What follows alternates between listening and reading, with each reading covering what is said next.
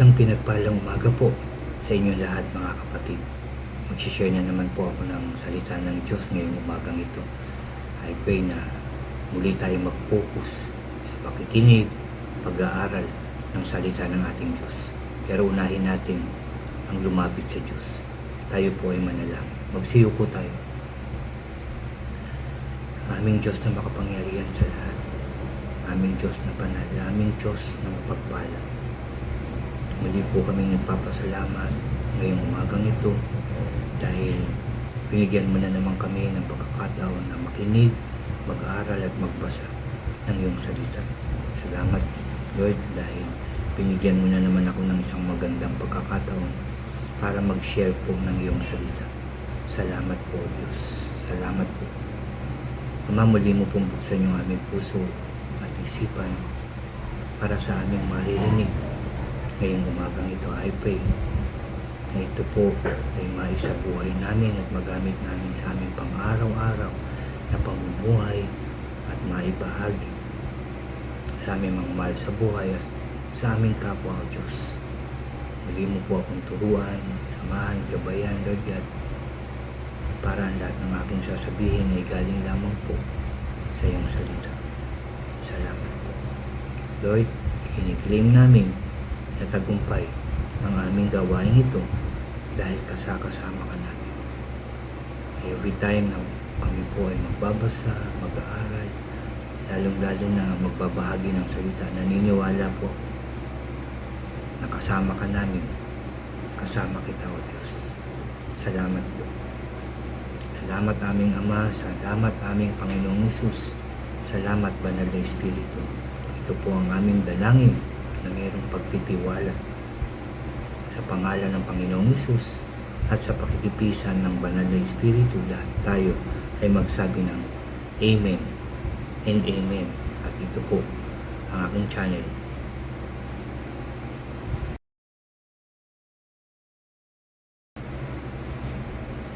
Hello po ulit mga kapatid, isang pinagpalang umaga na naman po sa inyong lahat.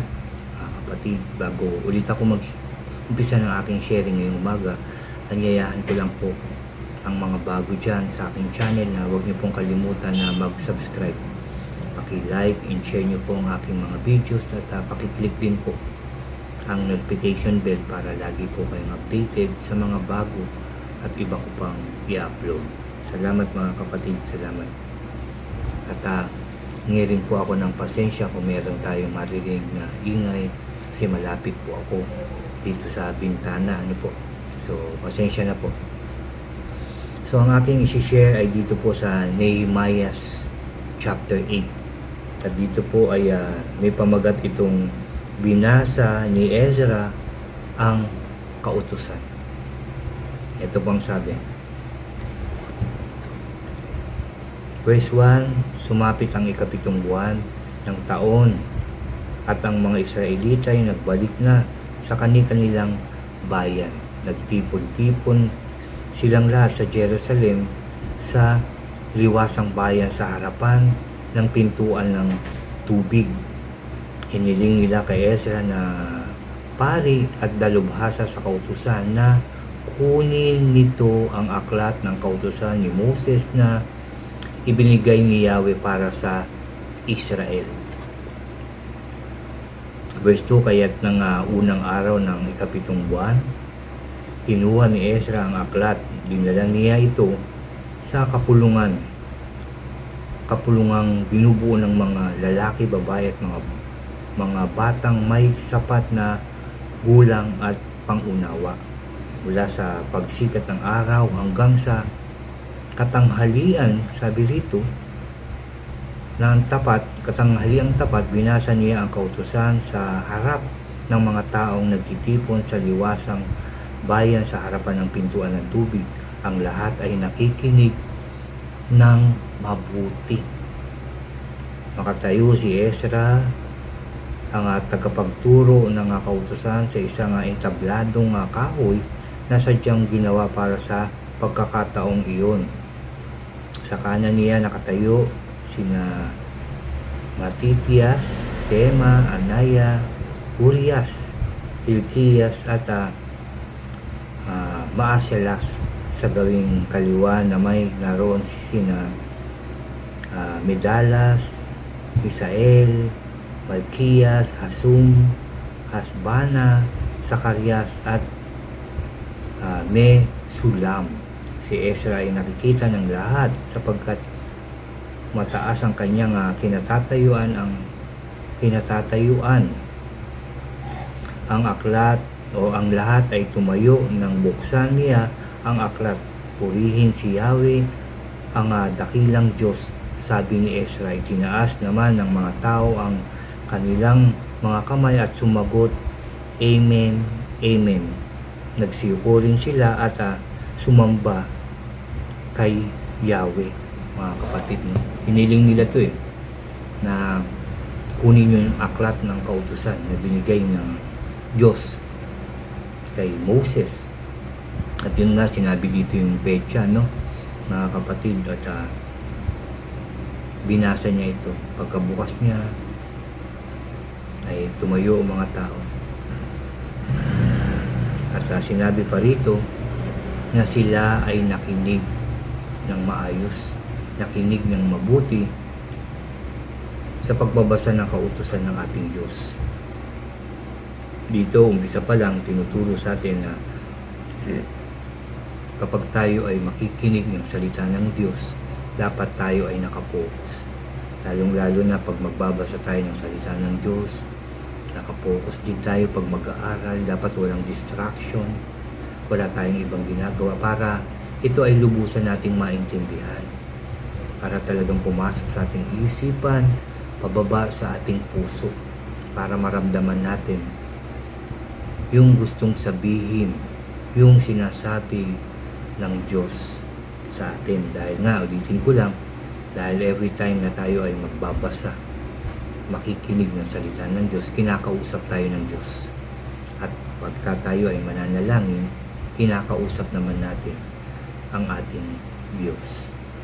At dito nga sa aking devotion, dito po ako dinala sa verse 9 hanggang 10 po yung aking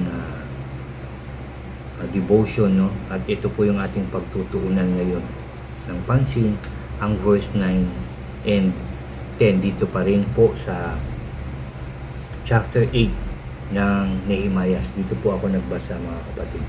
Ayan po. So, makinig po tayo. Verse 9. Nang malaman ng mga tao ang dapat nilang gawin ayon sa kautusan, nabagbag ang kanilang kalooban at sila'y umiyak. Ang araw na ito ay banal para kay Yahweh na inyong Diyos. Kaya huwag kayong malungkot o umiyak. Wika ni Nehemiah na gobernador, ni Ezra na pari at dalubhasa sa kautusan, at ng mga Levita na nagpapaliwanag ng kautusan. Sinabi nila sa mga tao, umuwi na kayo at magdiwang, kumain kayo at uminom ng bagong alak. Bigyan nyo ang mga walang pagkain at inumin, sapagkat ang araw na ito ay banal para kay Yahweh. Kaya huwag kayong malungkot. Sabi dito, ang kagalakang dulot ni Yahweh ang magpapalakas sa inyo. Salamat sa salita ng ating Diyos. Nang marinig nila yun, mga kapatid.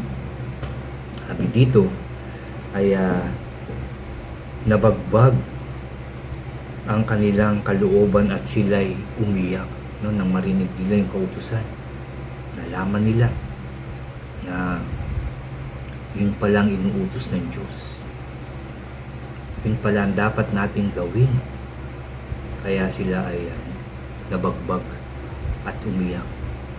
Tayo kaya, kapag ka nagbabasa tayo at nakikinig tayo ng Word of God, ano kaya ang ating nararamdaman? Yung tunay na nararamdaman natin.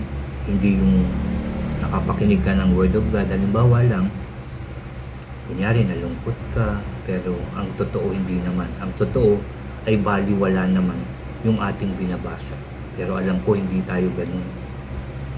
Alam ko tayo every time din na magbabasa, makikinig tayo ng salita ng Diyos, talagang iniintindi natin. Talagang tayo rin ay nababagbag dahil alam natin sa sarili natin na tayo ay makasalanan, na tayo ay nagkamali, kagaya ng mga nakinig sa pagbasa ng kautusan ng Diyos na ibinigay kay Moses, mga kapatid. Nabagbag, umiyak sila dahil nalaman nila na marami pala silang pagkukulang, marami pala silang sinuway o tinalikurang utos ng Diyos, na ito rin ang sinasabi sa iyo, sa akin, at sa ating lahat ngayong umagang ito. Ulitin ko lang, nang mabasa ba natin ito ngayon, ano kaya yung ating mararamdaman? Ano kaya yung ating naramdaman?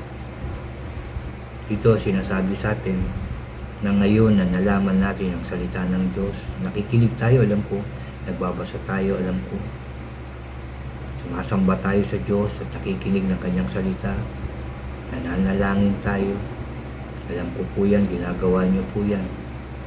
Ang tanong, ano ba ang ginagawa natin? Sinusunod ba natin to?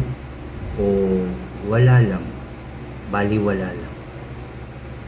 Nang mabasa ba natin, nang mapakinggan ba natin ang salita ng Diyos, shinare ba natin ito sa ating mga mahal sa buhay o sa ibang tao?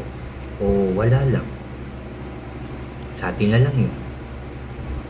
Baka pag tinanong tayo, halimbawa kung binaliwala lang natin yung ating binasa, yung ating napakinggan, pag tinanong, anong natutunan mo? Wala. Halimbawa, pag tinanong, ano yung natutunan mo? Ganda.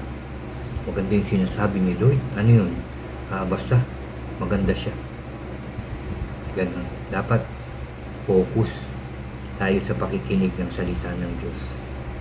Focus, isa puso, isa buhay, tapos basahin ulit. Then i-apply sa buhay, tapos i-share sa ibang tao. Yun ang dapat natin gawin. Kaya kung nabagbag man ang ating loob sa salita ng ating Diyos, dahil nalaman nila yung kautusan, dapat tayo rin nabagbag, nalungkot, at muling nagsaya dahil gagawin na natin ito. Susundin na natin ang pinag-uutos ni Lord. Isa sa buhay, ibabahagi din at tuturuan na isabuhay nila ang salita ng Diyos. Tayo rin, sa atin din sinasabi ito, mga kapatid, isabuhay natin ang salita ng ating Diyos. Kasi pag nasa buhay natin, isinasabuhay natin ang Word of God, ibig sabihin nun, kasama natin ang Diyos sa ating mga buhay. Kasi dala natin yung salita niya. Diba? Yun yung ating daladala. Yun yung ating kinukwento, sinishare. Yung salita ng Diyos, yung ating panlaban. So, ibig sabihin, God is with us. Diba po? So, yun ang dapat natin gawin. Sa buhay, panghawakan, panatilihin ang salita ng Diyos sa ating mga buhay. Lalo na sa ating pananalita, yan ang lalabas kapag may hihingi ng payo, Word of God. Diba po? Ganun po ang dapat natin gawin. Kaya dito, ulitin ko lang, nang malaman ng mga tao ang dapat nilang gawin ayon sa kautusan, nabagbag yung kanilang damdamin at sila ay umiyak.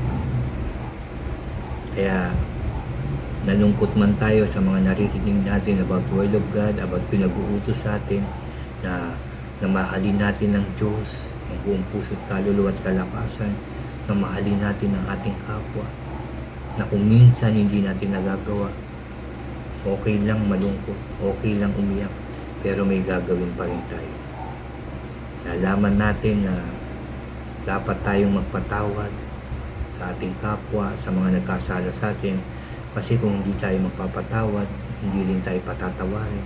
Nalungkot tayo, nabagbag tayo, umiyak tayo, okay lang po yun. Dahil nalaman natin yung mga dapat natin gawin na hindi natin nagagawa. Pero after natin malungkot at umiyak, magsaya na tayo. Bakit? Kasi nga nalaman na natin at ito ay gagawin na natin. Amen? At sabi nga po rito, nang marinig na nila, no, umiyak sila, nabagbag sila. Sabi sa verse 10, ulitin ko lang, umuwi na kayo at magdiwang. Kumain kayo at uminom ng bagong alak. Bigyan nyo ang mga walang pagkain at inumin sapagkat ang araw na ito ay banal para kay Yahweh. Kaya huwag kayong malungkot. Ang kagalakan dulot ni Yahweh ang magpapalakas sa inyo. Nalaman na natin yung tama eh. So uwi na tayo. Kain na. Magalak na tayo. Alam na natin yung gagawin natin at ito na yung gawin natin. At ano pa yung pinag-uutos dito? Share pa rin. No? Una, i-share natin yung Word of God na narinig natin. Huwag na tayong malungkot sa nalaman natin, sa narinig natin. Tapos, kumain, uminom, magsaya, at mag-share ng pagkain sa ibang tao. Pagkain, inumin, i-share din natin, alin, yung pagmamahal ng Diyos sa atin. Kasi narinig natin yung salita ng Diyos, pinapaalalahanan tayo, inuutusan tayo na maging mabuting tao, maging mapagmahal sa kapwa, maging matulungin sa kapwa. Yan ang tinuturo ni Lord. Yan yung magpapalakas sa atin. Kaya pag sinunod natin yan, magtatagumpay tayo sa ating buhay. Kaya share the Word of God and share ang blessings na binibigay sa iyo, sa akin at sa ating lahat. I-share natin ito sa ibang tao. At alam nyo, sa tuwing susundin natin ang pinagagawa ng Diyos, magiging maayos, masaya, payapa, matagumpay ang ating buhay. Kaya sundin natin ang salita ng Diyos. Huwag na tayong malungkot. Basta panghawakan natin ang salita ng Diyos. Kapag ito ay ating ginagawa, tinutupad, hindi tayo mag-aalala. Hindi na tayo dapat nalulungkot. Hindi na tayo dapat nababagabag. Dahil kasama natin ang ating Diyos. Salamat sa salita ng ating Diyos na ating narinig at napag-aralan. Dito nga po sa Nehemiah chapter 8. At dito po ako tumutok sa verse 9 and 10. Excuse po. At may pamagat nga po itong binasa ni Ezra ang kautusan. Yan po ang gustong ipaalam sa atin ng Diyos. Nang malaman natin kung ano yung sinasabi ng Diyos para sa atin, kung ano yung inuutos ng Diyos sa atin, okay lang na malungkot, mabagabag at umiyak. Pero dapat natin itong sundin. At habang sinusunod natin ang salita ng Diyos, magsaya tayo, maggalak tayo, kumain, uminom, at magbahagi din sa mga taong walang pagkain, walang mainom, at sa mga taong hindi pa kilalang lubusan ang ating Diyos. Yan po ang dapat natin gawin dahil yan ang inuutos ng Diyos sa iyo, sa akin, at sa ating lahat. Salamat sa salita ng ating Diyos na ating narinig. Pakinggan at napag-aralan na naman ngayong umaga. Uli natin itong ipagpapasalamat sa ating Diyos. Samahan niyo po ulit ako. Manalangin po tayo. Magsiyo po tayo. Hallelujah. Aming Diyos na makapangyarihan sa lahat. Muli ka namin pinupuri, pinasasalamatan, sinasamba. Ama, maraming salamat na naman po sa iyong salita na aming napakinggan, nabasa at napag-aralan ngayong umagang ito. Salamat dahil muli mo kaming kinausap. Salamat, muli mo kaming tinuturuan. Salamat, muli mo kaming pinapaalalahanan. Salamat dahil mahal mo po kami. Salamat na. Salamat, Panginoong Hesus. Salamat, Banal na Espiritu. I pray, Lord God, na ang aming mga narinig na naman ngayong umagang ito ay maisabuhay namin. Balik-balikan namin. Basahin at pag-aralang mabuti. At ibahagi din sa aming mga mahal sa buhay at sa ibang tao. Sa sa tulong mo, O Diyos, sa karunungang binibigay mo po sa amin, kasipagan, lakas ng loob, I pray, magawa namin ito at patupad namin ito sa pangalan ng Panginoong Hesus. Salamat, Lord. Salamat po. Lord God, lumalapit din po ako, tinilalapit ko ang mga taong patuloy na sumusunod sa iyo. Patuloy na nagbabasa at nag-aaral ng iyong salita, sa mga taong patuloy na isinasabuhay ito, at sa mga taong patuloy na ibinabahagi ng iyong salita. I pray, Lord, pagpalain mo silang lahat. Gabayan, proteksyonan, ingatan ang kanilang pamilya, Lord God. I pray na ipagkaloob mo po ang kanilang mga pangangailangan sa buhay. Pagkain, inumin, Lord God. Lahat, Lord God, I pray, ipagkaloob mo po sa kanila. At yung protection din po, Lord God, sa mga patuloy na nagtitiwala at umaasa sa iyo. Ingatan mo po sila, saan man sila pupunta, saan man sila nandun, Lord God. At yung protection mo po sa bawat pamilya, sa buong Pilipinas, Lord God. Sa mga pinagdadaanan namin, Lord God, sa mga nangyayari sa Pilipinas, I pray, tulungan mo kami, Lord God. Huwag mo po kaming pabayaan, Lord God. Protectionan mo po ang bawat isa, Lord God, at bawat pamilya. Maging maayos naman na kalalagayan namin ang panahon, Lord God, ang mga nangyayari sa Pilipinas. I pray, Lord God, sa pangalan ng Panginoong Hesus, ito po'y maging maayos. Maging maayos ang aming bansa, maging masaya, maging masagana, maging payapa, at maging tagumpay, Lord God. Sa pangalan ng Panginoong Hesus, Lord, huwag mo po kami pabayaan. At hindi lang yung bawat tao at pamilya maging maayos, Lord God, at yung tulungan, kundi yung aming government din, Lord. Huwag mo pong pabayaan. Maging maayos din, Lord God, ang bawat isa na nasa government, Lord God. Simula sa pinakamataas, Lord God, hanggang sa pinakababambang nasa government. I pray, tulungan mo, samahan mo, protectionan mo, ingatan mo, Lord God, sa pangalan ng Panginoong Hesus. Salamat, Lord God, sa kaligtasan at pagkakaloob mo sa amin, Lord God.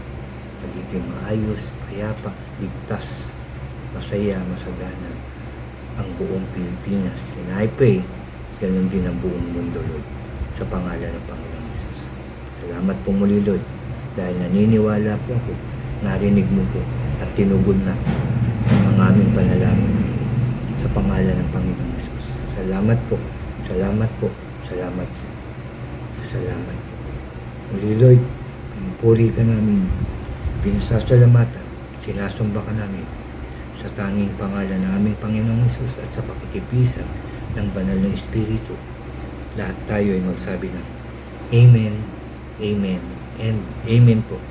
Amen. Salamat sa ating Diyos dahil narinig niya ang ating panalangin at ito po ay tinugunan niya. Salamat sa Diyos. Salamat din sa inyo, mga kapatid. Magpatuloy tayong makinig, mag-aral, magbasa at magbahagi ng salita ng Diyos sa ating mga mahal sa buhay at sa ating kapwa. Salamat po. God bless po sa inyong lahat at God bless po sa ating lahat.